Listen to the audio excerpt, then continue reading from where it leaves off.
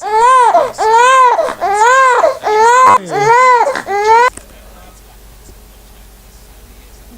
little change on the euro right now, but it was a bullish start to the week's trading in Europe.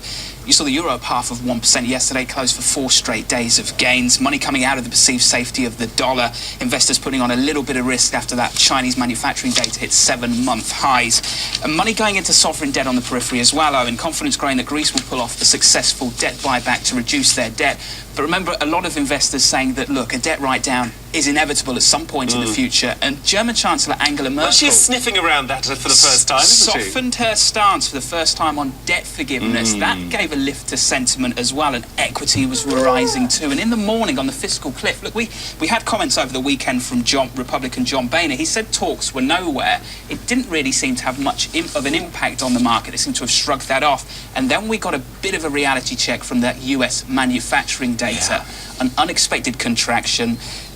A lot of it was attributed to Superstorm Sandy, but capital economics say this may indicate that businesses are concerned enough about the fiscal cliff to put spending and hiring decisions on hold.